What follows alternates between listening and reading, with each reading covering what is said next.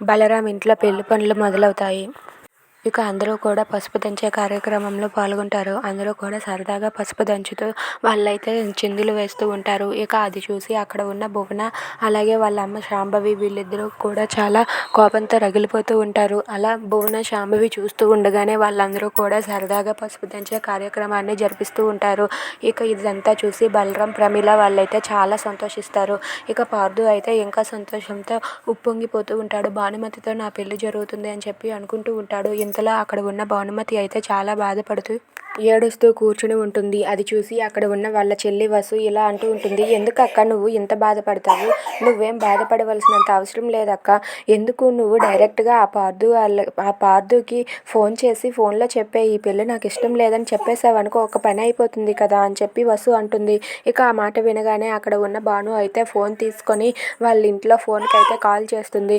ఇక కాల్ చేయగానే అక్కడ ఫోన్ రింగ్ అవటంతో పార్దు వాళ్ళ అమ్మ వచ్చి ఆ ఫోన్ని లిఫ్ట్ చేస్తుంది. లిఫ్ట్ చేసి ఇలా చెవి దగ్గర పెట్టుకోగానే భానుమతి ఎవరు లిఫ్ట్ చేశారో మరి ఆగకుండా తనైతే ఫాస్ట్గా ఇలా చెప్పేస్తూ ఉంటుంది.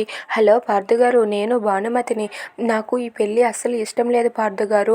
నేను చదువుకుంటాను, నాకు చదువుకోవాలని ఉంది. నీ పెళ్ళి అయితే మాత్రం నాకు ఇష్టం లేదు. ఆ రోజు గుడిలో కూడా పాంప్లెట్ వెనకాతల మొత్తం అంతా క్లియర్గా రాశాను, కానీ మీరు అది చూడలేదు అని చెప్పి అంటూ ఉంటుంది. అది వినగానే అక్కడ ఉన్న ఆవిడైతే ఒక్కసారిగా షాక్ అయిపోయి అలా ఉండిపోతుంది. ఇంతలో అక్కడ ఉన్న భానుమతి అయితే మొత్తం అంతా కూడా చెప్పేస్తుంది. అది వినగానే ఆవిడైతే ఏం మాట్లాడకుండా మళ్ళీ ఫోన్ పెట్టేస్తుంది. ఇక భాను బాధని ఎవరు అర్థం చేసుకోగలరు? If you like this video please like, share and subscribe friends.